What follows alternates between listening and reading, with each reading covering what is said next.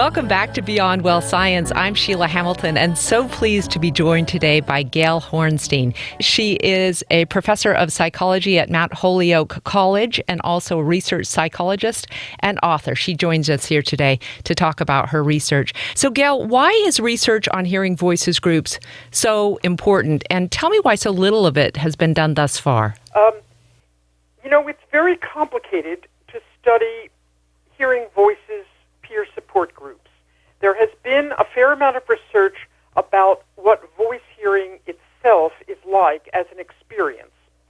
But all over the world, for the past 30 years, people have been flocking to the peer support groups that the Hearing Voices Network has helped to start and has trained facilitators to run. And there are now hundreds of these groups in 30 countries on 5 continents. So people clearly are finding these groups to be helpful to them. And in the United States, where we have been far behind other countries, and we have just in the past few years been able to get a sizable number of groups going, but still not nearly enough given the size of this country, there has been a strong interest on the part of people who hear voices to come to these groups, but researchers have not really focused on how they work. And in particular, I would say that most mental health professionals, especially in the United States, if they have even heard of hearing voices groups, they think of them primarily as they would other forms of self-help groups, like AA groups or other 12-step groups, where people get support for their struggles and they feel less alone in their difficulties, and they meet other people who are facing the same kinds of challenges. But although that's all true about hearing voices groups, researchers have not really focused on what makes them distinctive, and clinicians have not really appreciated how different they are from other kinds of peer support groups. Yeah, different, and how important they are sounds like exactly why they should be researched, right? Well, and, let me add that one of the other reasons they haven't been researched is that it's very hard to study them from a methodological point of view. And this is because people participate in hearing voices groups for indefinite periods of time. Some people come every week for a long period of time. Some people come sometimes. People come for a while, and then they don't come for a while, and then they come back. And so, unlike, for example, a treatment group like a cognitive behavioral therapy group, for example, where people come for 10 sessions, and then they're finished with the group, it's very easy from a methodological point of view to study something that takes place for 10 sessions. Everybody's in it for 10 sessions. Right. Nobody's in it. Yeah, and you can measure improvement or not. Yeah, I get that. So how have you designed this study, and who is participating? Well, what's very exciting about our research is that it is the largest study that has ever been done in the world on these groups, and the most intensive in terms of its level of analysis. And it's the first study ever to be done in the United States of hearing voices groups. We have more than 100 people who have filled out a very detailed, narrative, open-ended kind of questionnaire in which they have talked about their experiences with voices and their experiences in these groups. And then, in addition, we have done follow-up interviews with about 20 of these people. Wow. We have a tremendous amount of material, both in the sense that we have a large sample and we've gathered from them a great deal of narrative and qualitative information.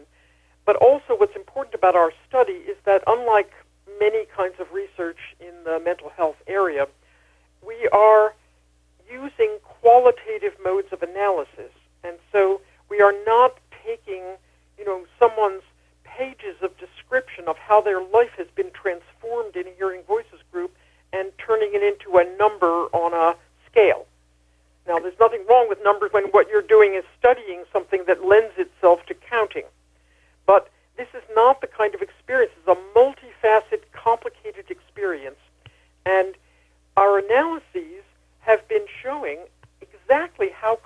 differentiated these groups are. They are very distinctive. They are not like other kinds of groups. Yeah. And they have a unique constellation of elements that both are present and interact with one another in a way that makes it very, very distinctive to be in a hearing voices group. And people constantly tell us, I've been in many other kinds of groups. I've been in 12-step groups. I've been in treatment groups. I've been in groups in hospitals. I've been in clinical groups. And they're nothing like hearing voices groups. Oh, how fascinating. So I know the data analysis is still ongoing, but what are some of your initial findings, Gail?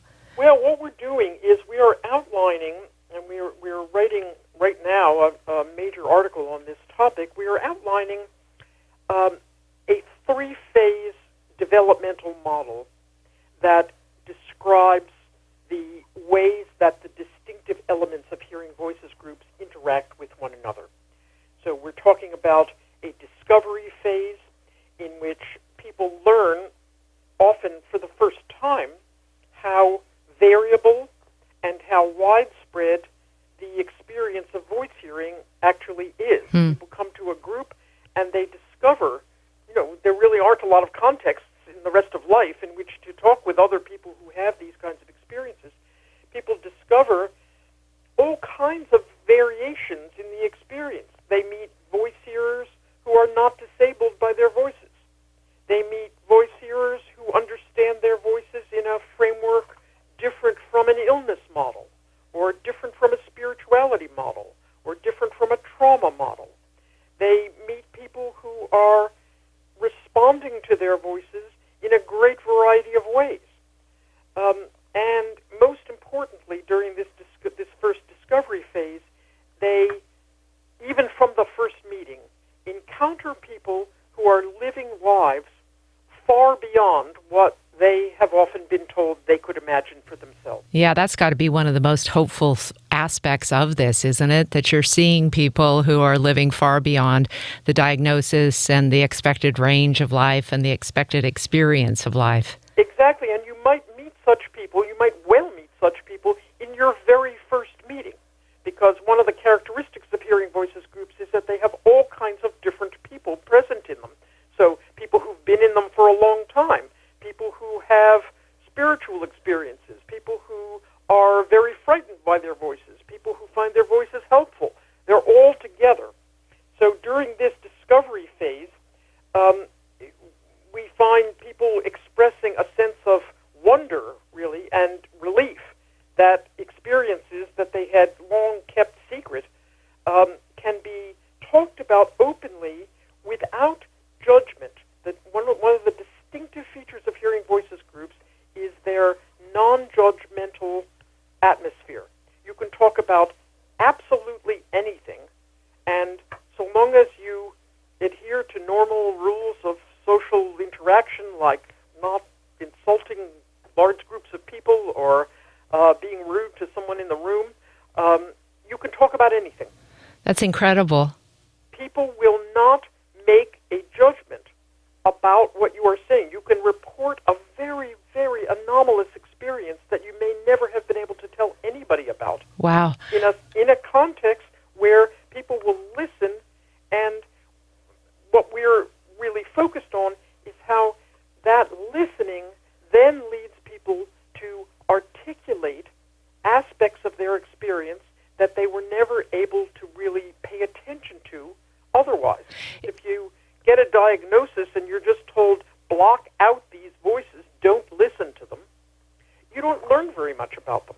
It's fascinating to me too, Gail, that just, how do you research hope? How do you research optimism? How do you research a lack of stigma? It's interesting how much fuzzy stuff you're going to have to bring to what is mostly data compiling, right? Uh-huh. That's true. But I'll tell you, the second phase in our model, which we're calling reframing, really starts to get to that, because once people discover this tremendous amount of variation and this context in which they can talk about experiences without judgment and without challenge, then they start to be able to understand them and articulate them and make sense of them to a much greater degree than they might have been able to otherwise. It's very exciting. So what are some of the next steps that you anticipate? Well, we're going to be writing a series of articles based on this study because we have so much insight and so much material to be able to talk about this. And then, of course, what we hope to do is to go on to do further studies that build on this one. We want to be able to interview people multiple times as they go through the group experience. We want to be able to understand the difference between people who are first coming to a group and people who have been present in one for a longer period of time. We want to study the facilitators. Another part of our project trains people to be facilitators around the country. And we want to be able to study facilitators after they finish their training and to see how they take that role into the group. It would be wonderful to be able to take a group just as it's beginning and study it as it develops over time. And there's all kinds of possibilities here. But most importantly is in laying out this model with these three stages of discovery, reframing, and change, we are providing the beginnings of the evidence base for this approach that is so importantly needed, especially in the United States, so that mental health professionals will feel more confident in referring patients to these groups, and people will understand that they can come to them and have at least the possibility of a real transformation in their life experience. Wow, Gail, that's just such remarkable work. These kind of interviews and the work that we're doing here at Beyond Well is brought to us in part by the Foundation for Excellence in Mental Health Care. How is the foundation supporting what you're doing, Gail? The foundation has been essential to doing this work, and I really have to say that part of the reason why there hasn't been research prior to this on hearing voices groups is because funding agencies have not realized the significance of these innovative kinds of approaches. And so if it weren't for the foundation, we literally would not be able to do this work. Our project has several different aspects to it. One aspect involves training facilitators around the country, and we have a team of people who go around the country and run 3 and 4 day facilitator trainings so that there can be more groups, because we couldn't do this study of how groups work until there were enough groups to be able to study. Chicken and the egg, Gail, chicken and the egg. If you support our program, we would love you to click on the link you see right now, the Foundation for Excellence in Mental Health Care. Gail Hornstein, thank you so much for being with us today. Well, thank you. And this project is, as part of the foundation, is the Hearing Voices Research and Development Fund. That is a specific fund within the foundation. Wonderful. I appreciate it, Gail. Thanks again. Thank you so much.